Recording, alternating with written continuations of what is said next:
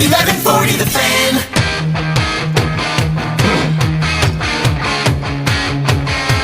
Talkin' money, talkin' money. Well, alrighty then. We're back to Talkin' Money with Jeff Tarbell. That's my name, Jack. How are you doing? If you're just tuning in, we start at 9. Expect you here on time. We're going to show up at someone's house one day. How you doing? We're doing the show from your life. Get some breakfast. We're coming in. Wake up. 339-1140, 1-800-920-1140. You can text us at 441140. That's John Fodoraro. My name is Jeff Tarbell. This is Talkin' Money. Our quiz question before the break was what? It was top graduates or graduates, companies out there, what is their highest major that they're hiring from? Yep. And or what is the lowest major they're hiring from? Okay, we got a few off the text line here. Nursing, is that number 1? That is not number 1. Okay. Or 2 or 3 or 4. Oh, okay. Mary got it right. She wanted the River Cats ticket. So what was Mary's guess? Did she guess the high or the low? She guessed the high one. Okay, so what's the number? Engineering. 69%. Okay. So a large percentage of firms out there hiring for engineers, which could be tech, could be... Yeah. So there are IT engineers, there are civil engineers, or any kind of engineering. Knowing how to get something created and documented and put on paper and all those good things too. So engineering is number 1. Okay, so what was the worst? The worst, unfortunately, was education majors. Too many teachers already, huh? 3%. So very well, we've low. got a smaller growing number of youths in America, so we probably need a smaller growing number of teachers. So give me the top 5 on the positive ones there. Right. So top 1, engineering, followed by business, accounting, computer sciences, and then economics. So those are the top ones that businesses are looking for. And I was just digging through some stuff. I found this here. Top college degrees, bachelor's awarded by field for the 2008-2009 academic year. So this is what people are getting their degrees in. Now remember, his list was what businesses are looking for, and this list is what people are getting. So we'll see if any of these match up, and we'll go through your list. So number 1, 347,000, almost 348,000, or 21% of all bachelor's degrees in 2008-09 were business degrees. So that was number 2 on your list, right? That's a good choice. Social sciences and history. How many of the social science and history recruiters are out there? They were actually the bottom 5. On the bottom 5. Okay, so 10% of you are getting a social science and history degree, and percentage-wise, nobody's hiring in that degree, okay? Health professionals, number 3, health professionals and related clinical sciences. That on your list? No, okay. Not quite. Education was number 4. That was the bottom of your list. How about psychology? Do we need any more psychology recruiters out there?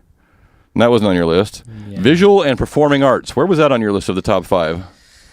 I need my glasses for that one. There was not on your list. So out of all of the things on this list, people are getting degrees in, nobody is looking for those majors. Now, I'm not saying you should do whatever you want in college, but follow your dream. Follow your dream.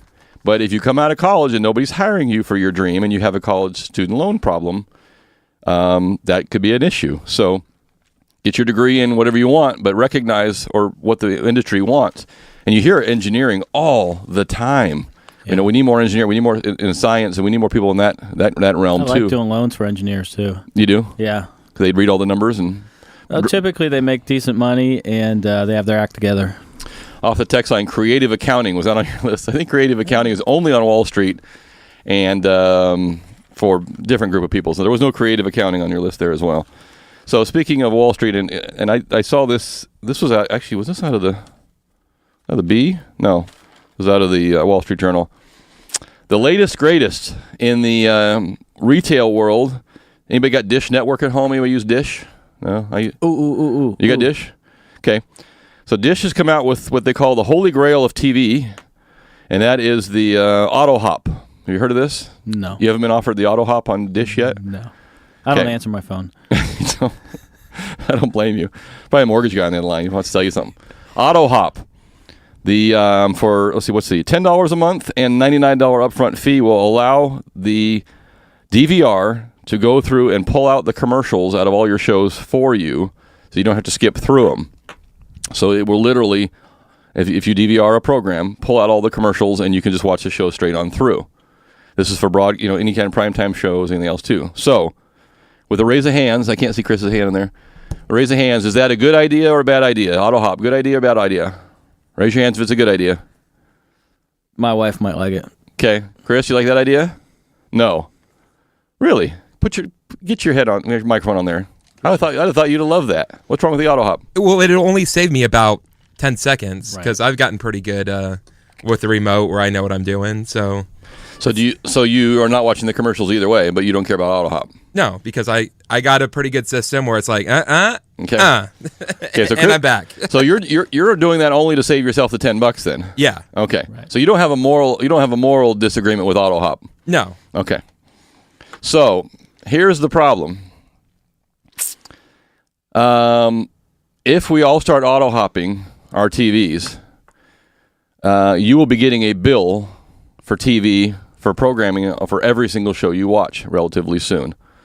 Because who foots the bill so you can watch Friends? The advertisers. Yeah. Fox makes $3.1 billion on their ad revenue. NBC makes $4.7 billion. These are Bs. CBS $4.9 billion, the number one spot, and ABC $3.9 billion. If you, and I'm an advertiser, and so if Dish TV comes to me and says, you want to advertise on our system, my answer is going to be hell no. I'm not going to give you guys a dime. But Dish TV doesn't make programming. Dish TV just distributes programming. So now I got to ask myself, when Fox comes to me and says, hey, we got the baseball coming up, or usually it's not live events. Live events, people they watch them as they're going, so they can't auto-hop through them. But if you're saying, I'm going to put you on, what are their shows, American Idol or Smash or any of the 2.5 Men or whatever you're on, and people are DVRing that, my spot won't get seen on the commercial. So I don't want to spend my money with Fox or CBS. And as soon as that becomes the reality, folks, either TV's going to go away or we're going to be in a position where you're going to get a bill for every show you watch.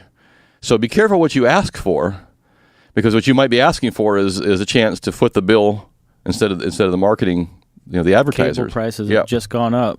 Cable prices are going up. So you have to be careful. And this is my one of the things I think about all the time is I think about retailers and big box retailers. You look at Best Buy. Best Buy is slowly going away, and pretty soon. So we all use retailers, and in many cases we use retailers to go by and check out, physically touch and see what we like.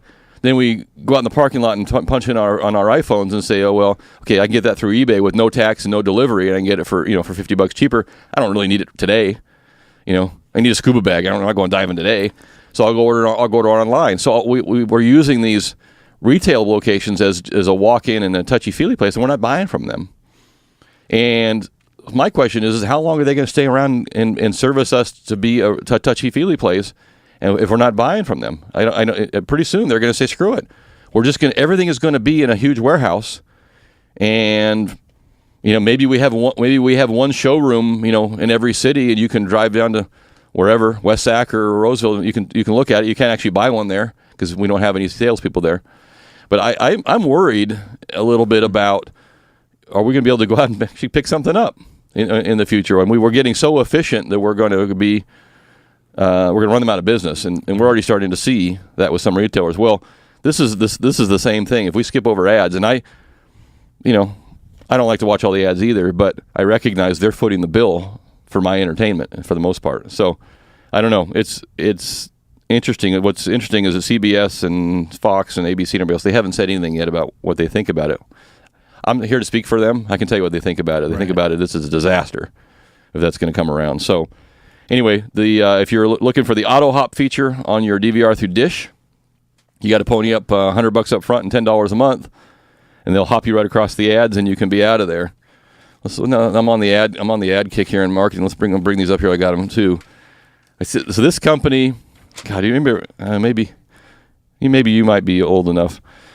Nissan is resurrecting something that it hasn't had out in 30 years. Anybody want to take a guess what Nissan's bringing back?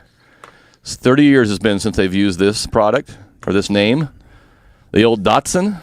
Ah, yes. DAT, the B210. The Datsun. So for those of you that are over or under 35, we probably don't know what a Datsun is. But that was used to be what that was Nissan Motors, what had the Datsun. So they're bringing back the Datsun name tag on some of their vehicles, coming back out here pretty quick. So you'll be able to see a Datsun again. When's the Pinto coming back? No, I don't think they'll bring the Pinto back. Or the Vega. The Vega, no go. So we'll keep our eye out for the Datsun. I don't know. Datsun doesn't. It doesn't have name. that. It doesn't Sounds have like a that ring. dog. I'm not sure if that'll. Let me see if it says they're going to bring it to the United States or not. But Datsun is scheduled to hit the road in India, Indonesia, and Russia in 2014. So we may not see the Datsun in the United States, but in India you can drive a Datsun. And I thought this was an interesting little comparison out of this morning's paper. Spirit Airlines, which I am not familiar with. Is there a Spirit Airlines around here? I'm not. But they are now one of the number one leading discounted airlines. I think they're back east because I know they fly out of Florida. So you can get typically a $79 ticket on Spirit. By comparison, Southwest runs about $115. So the newspaper did a little comparison about the end cost of your trip on the add-ons on Spirit. So you start out with a $79 ticket. Your first checked bag is somewhere between $30 to $40. Your boarding pass is up to $5. Your carry-on overhead bin is up to $30 to $45. Your soda is $3, and your peanuts are $4. So a trip, and what they did is they compared apple for apple, Spirit, American, and Southwest. A trip on Southwest is $115 up front, and all those items I mentioned before are free. So the net cost on Spirit is $144, and on Southwest it's $115 at the end of the day, out the door type. Net. Yeah, net. So when you're looking at your $79 ticket again, you have to add up all the other little items that go in there.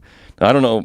I might spend $3 on a soda. I'm not spending $4 on those bag of peanuts. So you got to spend the $5 on the ticket, right? You got to spend $5 on the online boarding pass. Yes. Yeah, and $30 to $40 for your first bag.